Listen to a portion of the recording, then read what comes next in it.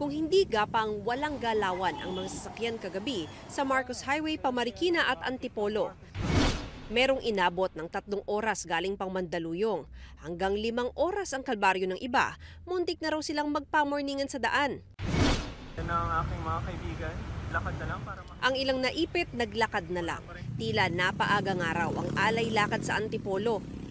Naipon sa labas ng ilang mall ang mga commuter na naghihintay ng masasakyan. Nagkatuwaan na lang ang ilang netizen at inisip na mistulang higanteng Christmas lights ang ilaw ng mga nakatigil na sasakyan. Komento ng isang netizen, ang wala pang 30 minutong biyahe, naging triple. Dinaig pa raw ang pag-uwi sa Laguna. Sagot naman ng isa, naglakad na lang sila pero traffic pa rin dahil sa mga rider na nasa daanan ng tao. Ang isa pa nga, sumakit na ang paa sa paglalakad. At biro ng isang netizen, sa haba ng traffic, nagkaroon na siya ng love life. Umabot ang pila ng mga sasakyan mula Cainta at Antipolo hanggang sa Marikina at Quezon City.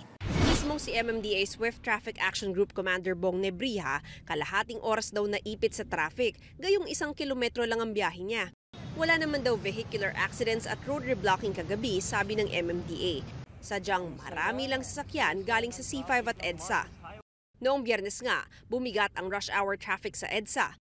Ayon sa MMDA, pinalala pa ito ng mga naitalang 23 road crash incidents at 8 stalled vehicle incidents mula alas 2 ng hapon hanggang alas 9 ng gabi. Lumuwag naman daw ang trapiko sa ibang bahagi ng EDSA bandang alas 8 ng gabi. Nakatutok na raw ang deployment ng traffic enforcers ng MMDA sa choke points at intersections sa mga pangunahing kalsada sa Metro Manila. Kanina maluwag na ang daloy ng trapiko sa Cainta Junction pa Marcos Highway. Sa eastbound lane ng Marcos Highway pa Antipolo, mabilis din ang biyahe kanina. Wala ring traffic paakyat ng Masinag. May kaunting pila sa U-turn slot pero hindi raw nagta-traffic. Sa westbound lane pa Katipunan, light to moderate ang trapiko.